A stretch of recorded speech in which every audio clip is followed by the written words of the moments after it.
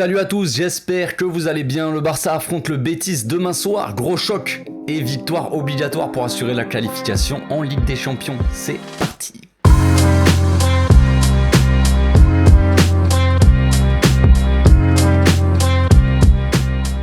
Au passage, n'hésitez pas à vous abonner, liker et commenter, c'est le meilleur moyen de me soutenir et ça fera plaisir à tonton. Le choc de ce samedi soir, les gars. Le Barça se déplace sur la pelouse du gagnant de la Copa del Rey, 5ème de Liga, à 8 points du Barça, 2ème. Séville qui nous suit très près à 2 points, affronte Villarreal, qui vient de sortir un très bon match contre Liverpool cette semaine, même si, voilà, ils se sont fait éliminer, tout ça, ok, mais ils ont été plutôt chauds, ils ont été plutôt monstrueux, j'ai envie de dire, franchement, bravo les gars. Alors que dimanche, le Real et l'Atlético Madrid s'affrontent sur le terrain du 4ème, donc l'Atlético. Attention, gros week-end, les gars, ce week-end va être tendu, les amis. Surtout, selon les résultats, tout peut bouger ce week-end. Le week-end de tous les dangers, j'ai envie de dire. On se croirait à Koh-Lanta, c'est chaud. Donc Xavi s'est exprimé en conférence de presse aujourd'hui. Il a dit que l'objectif est clair, se qualifier pour la prochaine Ligue des Champions. Et si nous pouvons finir deuxième, tant mieux pour se qualifier pour la Super Coupe. Il s'attend à un match très compliqué contre un rival très confiant, voilà, qui vient de gagner la Copa. Donc voilà, match tendu. En dessous, lui, il s'est bien entraîné, mais il veut rester prudent, Xavi, et le fera sûrement rentrer comme dans les derniers matchs, dans les 15 dernières minutes, je pense. Il a parlé aussi de notre manque d'efficacité actuelle. Il dit que on s'est amélioré dans le jeu, mais qu'on ne marque pas assez par rapport au nombre d'occasions qu'on a. Et oui, Ferran, oui, je sais.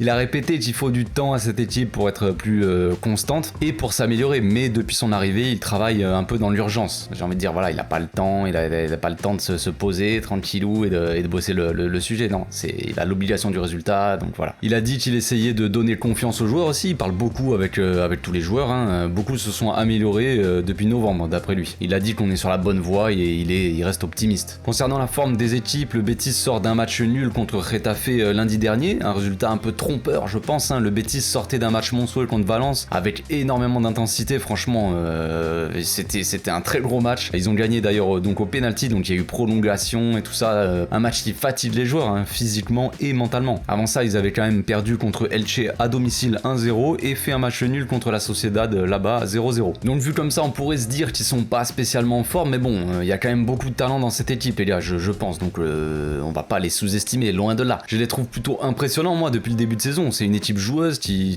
le fait bien en plus, devant Iglesias, lui, est très dangereux, tout comme Fekir qui aime bien jouer les gros matchs, on le sait. Fekir, les gros matchs, il aime ça. Et à Juanmi aussi, tu nous avais puni au match aller, donc beaucoup de talent devant, mais aussi un milieu plutôt sympa, avec Canales, entre autres, et même en défense, voilà, ils ont construit une belle équipe, Et les petits gars, là, ils maîtrisent bien leur sujet, donc attention, ils sont assez dangereux. En attaque rapide aussi, ça combine vite et bien avec Canales, très chaud, voilà, Fekir, tout ça, ça combine. Ils ont déjà mis des buts très sympas cette saison, ça joue très vite, très technique. Donc voilà, c'est attention à cette équipe du Betis. Côté Barça, on sort d'une victoire plutôt maîtrisée, on va dire, contre Majorque, même si on s'est presque fait peur sur ce but un peu bête sur coup franc qu'on aurait pu éviter en tout cas. On en attend forcément plus quand on voit les résultats de février-mars, les 4-0, les trucs comme ça, mais l'équipe a beaucoup enchaîné tous les 3 jours pendant cette période. Et voilà, là on arrive à la fin de la période où voilà, comme je dis, des matchs se sont vraiment enchaînés, et quand t'as pas fait de préparation physique, au bout d'un moment ça devient compliqué. Encore des blessés, voilà, ça c'est pas nouveau, vous le savez, mais ça n'arrange rien. Voilà, les joueurs sont épuisés mentalement et physiquement au bout d'un moment, ils sont pas préparés pour enchaîner autant de matchs. Pas avec une équipe qui joue comme celle de Xavi, on va dire.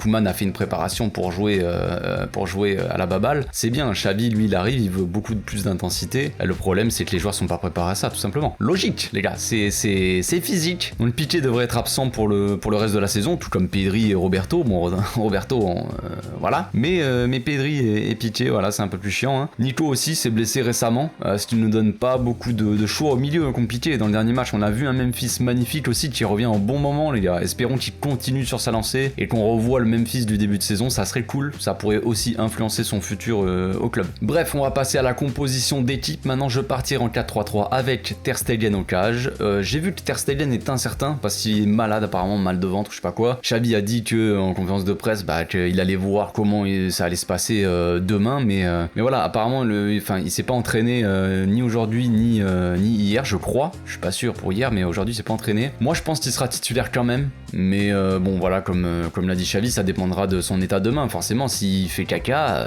il pourra pas jouer. S'il il a mal au ventre, la petite gastro là qui va bien, c'est cool ça. Peut-être indigestion alimentaire, peut-être qu'il a fait une soirée tapas, elle s'est mal passée, je ne sais pas, je ne peux pas vous dire, je n'étais pas là. Ça parle beaucoup de Neto les gars, mais non.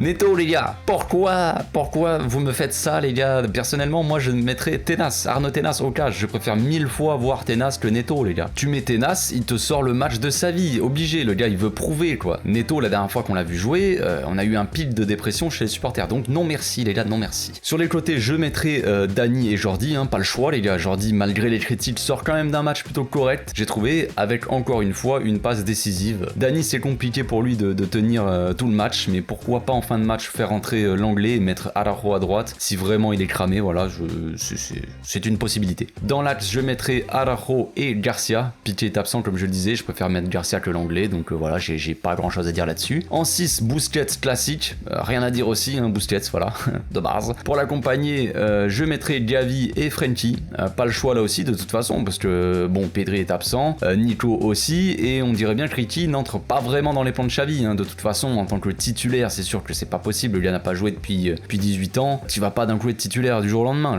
voilà, il manque un peu de rythme peut-être, mais pourquoi pas faire rentrer en cours de match pour faire souffler un peu les autres, on verra bien, je ne sais pas, moi c'est ce que je ferai, on verra. Le dernier match, aucun des milieux n'est sorti, si je me trompe pas, mais ou peut-être que des milieux sont sortis, mais en tout cas Ricky, c'est sûr, n'est pas rentré, il a pas fait rentrer de milieu de terrain, je crois bien. Devant, je mettrai un trio Dembélé, Aubameyang et Memphis. Wouhou! Eh oui, pas de Ferran les gars, pas de Ferran, qu'est-ce qui se passe? Qu'est-ce qui se passe? Incroyable! Je n'ai pas mis Ferran Torres, vous allez peut-être m'applaudir, je ne sais pas, ou on va se faire des câlins les gars, venez dans mes bras, gamin, viens dans mes bras, putain, je me calme.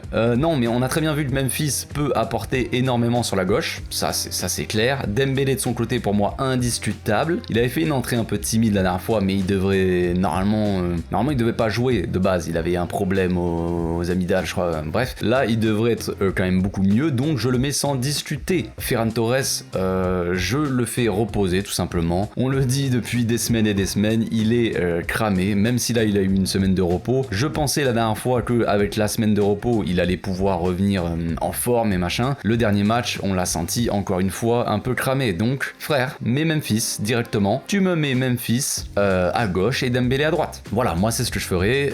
Ensuite en pointe j'ai hésité entre Aubameyang et Luc, mais on m'avait fait remarquer que le Betis est une équipe plus joueuse, donc Aubameyang évidemment pourra profiter des espaces comparé à un Luc qui est quand même plus performant peut-être dans des équipes qui jouent bas sur le terrain, avec un bloc bas grâce à son jeu de tête, on va dire, il est plus intéressant qu'un Aubameyang évidemment. Donc Aubameyang grâce à sa vitesse, tout ça pourra peut-être profiter des espaces, on espère un Aubameyang en forme, parce que ces temps-ci quand même c'est plus trop ça quoi, il est un peu il commence un peu à tirer la langue, donc voilà, je ne sais pas, peut-être qu'il sera en forme, hein. De toute façon on verra bien, j'ai envie de dire. Voilà, je sais pas ce que vous en pensez, mais moi ça me paraît plutôt pas mal comme compo, je sais pas ce que vous en pensez, voilà, dites-moi dans les commentaires.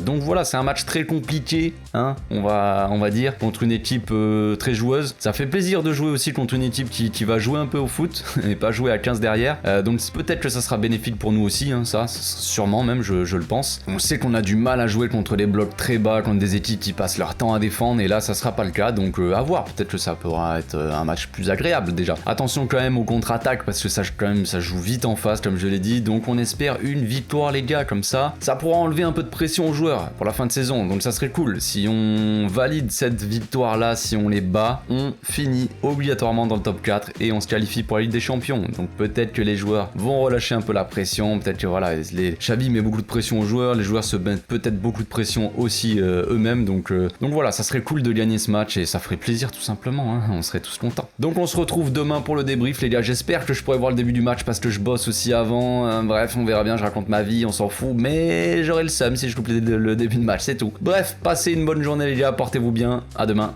ciao.